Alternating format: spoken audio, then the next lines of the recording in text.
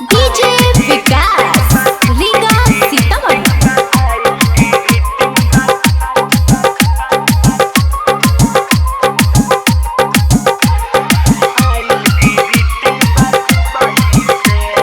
चलो ये ननदो देखा दी आई ग्रीटिंग बा दुबई से, आई ग्रीटिंग बा दुबई से।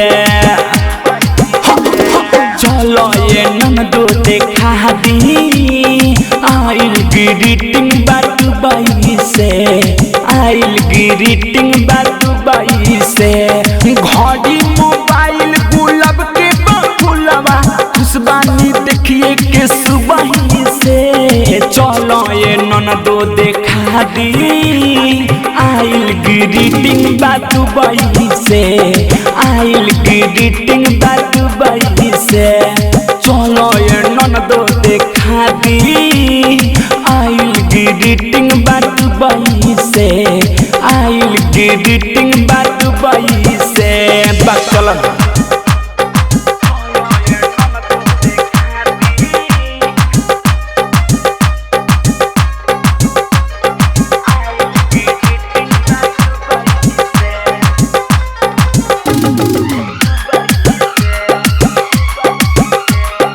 आवेला हिचकी जब नाम लेवे याराबा, कोडेला जब जब मीसा हो। ए ना तो सुना ना, आवेला हिचकी जब नाम लेवे याराबा, कोडेला जब जब मीसा हो। फोटो के पीछे बा आई लव यू लिखल, कुरियर आइल बा मुंबई से। चलो ये ननदो देखा दी आइल ग्रीटिंग बा दुबई से, आइल ग्रीटिंग बा दुबई से।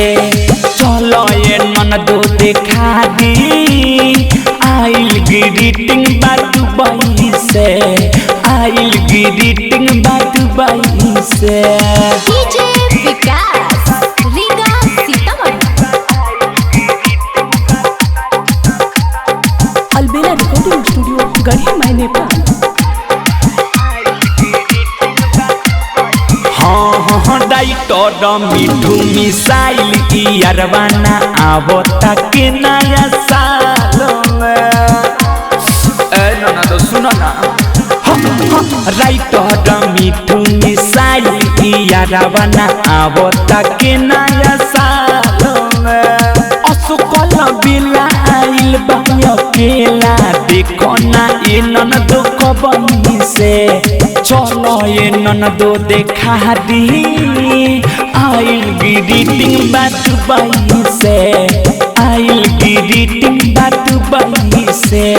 चलो ये ननदो देखा दी आइल ग्रीटिंग बा दुबई से, आइल ग्रीटिंग बा दुबई से। अलबेला रिकॉर्डिंग स्टूडियो गढ़ी माई नेपाल।